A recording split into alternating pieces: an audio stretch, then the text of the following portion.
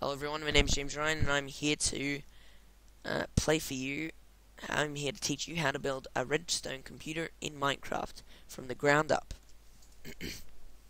So, as I was saying last time, if you were to place a block on top of a redstone torch, then instead of being weakly powered, as if you place it to the side, it will instead be strongly powered. That is, not only will the block be powered, but then it will also the block will be strongly powered and then transmit weak power to any adjacent blocks. So not only will that block be powered, but adjacent blocks to that block will also be powered. However, blocks adjacent to the adjacent blocks will not be powered. Makes sense so far? Good. But the thing is, redstone torches also act in another way. Redstone torches can also be placed on the side of blocks, and when they're placed on the side of blocks, they act a bit differently. Okay, so hang on, let's put it up one higher, just to be sure we can cover all angles with this. Okay, when placed on the side of on the side of a block, redstone torches will not affect the block that they are placed on. They will not at all be affected by the block that they are placed on. So that is good to know. Another thing, blocks placed on the side of redstone will be weakly powered. So as you can see, it is definitely powering this block, but it is not powering the blocks adjacent to it. This block too will be powered, but blocks adjacent to it will not be powered, and the same goes for this block. Okay? Makes sense? Good. So, redstone torches on the side, for the side of this torch, works the same.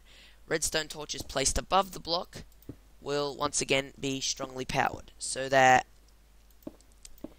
blocks adjacent to the block being powered will now be powered, because this block is being strongly powered, which is then weakly powering other blocks surrounding it.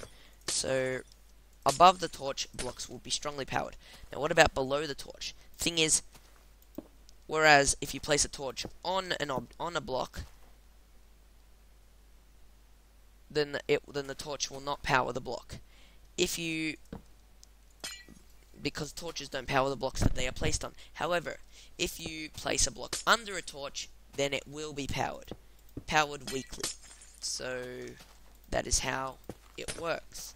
That is how a redstone torch placed on the side of a block works.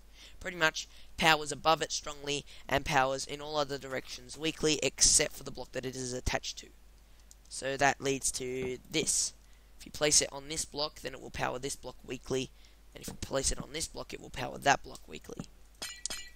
These things are important to know when I'm designing, well,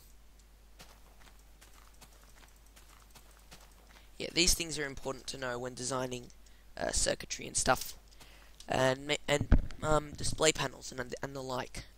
So yeah. Okay, so that is how those work.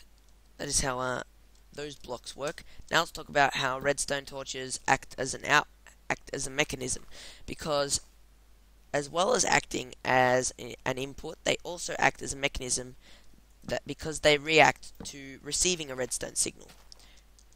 You may be wondering, well, what happens when redstone torches receive a redstone signal? I can see they're sending signals to each other, nothing's happening. Well, thing is, redstone torches only receive signals from the blocks that they are placed on. So every other side is an output, but the block it is placed on, if a strongly powered block that it is placed on, or even a weakly powered block that it is placed on, well, hang on, let me check that. No. A block that is placed on that it is strongly powered will affect the torch. What is the mechanism for the torch? Well, as you can see, when I power it, it turns off.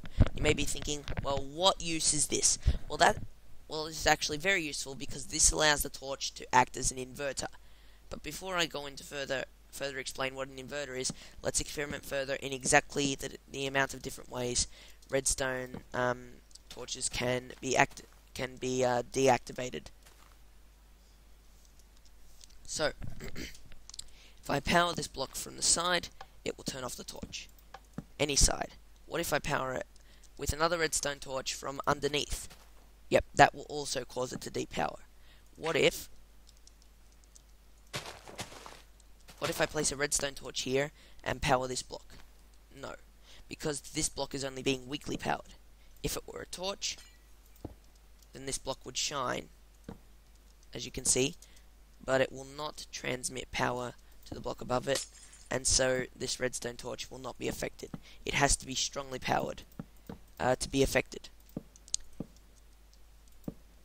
If I were to do this, the torch would not be affected because it is not being strongly powered. If I put a lever here, it will turn off the torch. But if I put a lever here, it will turn on the light, the redstone lamp, but not turn off the torch because the torch isn't being powered, because this redstone lamp is only being weakly powered. These are important things to know.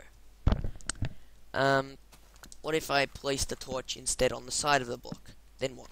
Well, pretty much acts in the same way.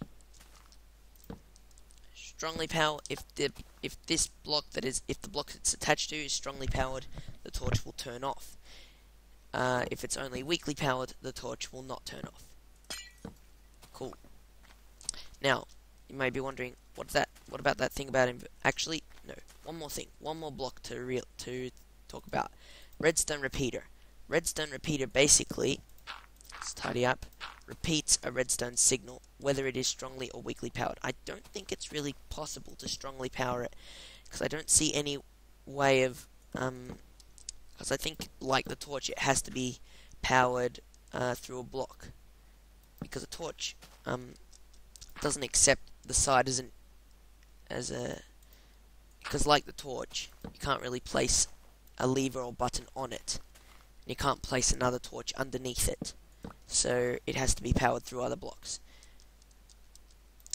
So it will take weak signals and turn them, and then relay them as it will take weak signals or strong signals, I guess, and then relay them into the next block after a tick, 2 ticks, 3 ticks, or 4 ticks delay as set by right-clicking on it into the block it is facing. So, for example, by using this, we are now able to strongly power that block. If I were to do this, this would also work, because what's going on here is I'm strongly powering this block, which is then weakly powering this repeater, which is then going to strongly power this block, which is then going to weakly power the torch, causing the torch to turn off. Makes sense? Good. Another thing about repeaters is that they can also be placed side by side, and this makes them useful. In that way, they can, as you can see, and they will not affect each other. They will only transmit power directly ahead into the block that they are facing.